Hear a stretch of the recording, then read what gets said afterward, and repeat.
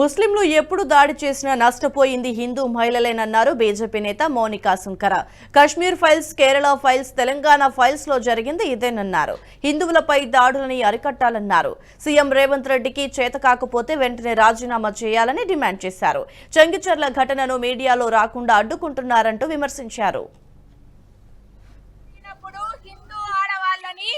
వదిలేసి వెళ్ళండి అని చెప్పేసి అక్కడ మైకుల్లో అనౌన్స్ చేసిండ్రు.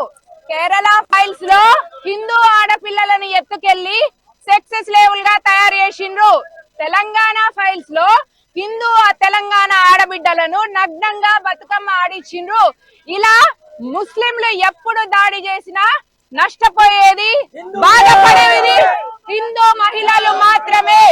ఇలా హిందూ మహిళల్ని అత్యాచారం చేయడానికి, వాళ్ళ మీద దాడి చేయడానికి ముస్లిం మగవాళ్లకు ఎవరు అధికారం ఇచ్చిండ్రు?